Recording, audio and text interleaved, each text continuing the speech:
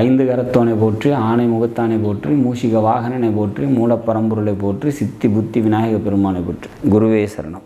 இணையத்தாள் இணையம் இதயங்களுக்கு வணக்கம். இது புரட்டாசி மாத ராசி பலன். புரட்டாசி மாதம் கன்னி ராசிக்கு எப்படி இருக்க போகுது அப்படிங்கிற பார்க்கலாம். அதுக்கு முன்னாடி புரட்டாசி மாதத்தில் வரக்கூடிய முக்கிய விசேஷ தினங்கள் அப்படின்னா மகாளி அமாவாசை 16ஆம் தேதி வருது. புரட்டாசி 16ஆம் தேதி அன்னைக்கு அன்றைய தினம் பித்ரு தர்ப்பணம் கொடுக்கும்போது முன்னோர்களோட ஆசீர்வாதத்தை நம்ம பெற முடியும். 17ஆம் தேதி பார்த்திங்கன்னா நவராத்திரி ஆரம்பம், 25ஆம் தேதி சரஸ்வதி பூஜை, ஆயுத பூஜை, 26ஆம் தேதி விஜயதசமி.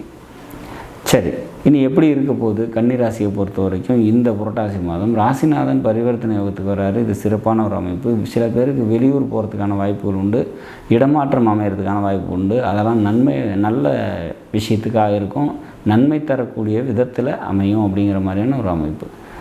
கன்னிராசியை பொறுத்த வரைக்கும் 2ஆம் வீட்டின் அதிபதி பார்த்திங்கன்னா நீச்ச நிலையில் இருக்காங்க. அப்போ குடும்பத்துக்காக நிறைய செலவுகள் அதிகரிக்கக்கூடிய ஒரு மாதமாக இருக்கும். பெண்களால் செலவினங்கள் அதிகரிக்கும் அப்படிங்கிற மாதிரியான ஒரு சுச்சுவேஷன்ஸ். உங்களோட 8ஆம் அதிபதி 10ல் இருக்கார். இது தொழிலில் ஒரு சில கடினமான சூழ்நிலையில் சந்திக்க வேண்டி வரும் அப்படிங்கிற மாதிரி ஒரு அமைப்பு. வேலைக்கு போயிட்டு இருக்கவங்களுக்கு வேலையில் பார்த்திங்கன்னா கசப்பான ஒரு அனுபவங்கள் ஏற்படுறதுக்கான வாய்ப்புகள் உண்டு. இந்த மாதத்தை பொறுத்த வரைக்கும் உங்களோட ராசிநாதன் புதன் ஸ்ட்ராங்காக இருக்கிறதுனால வரக்கூடிய எந்த சூழ்நிலையும் சமாளிக்கக்கூடிய சக்தியும் ஆற்றலும் நிச்சயமாக உங்களுக்கு இருக்கும் அப்படிங்கிறது தான் இதில் விஷயம்.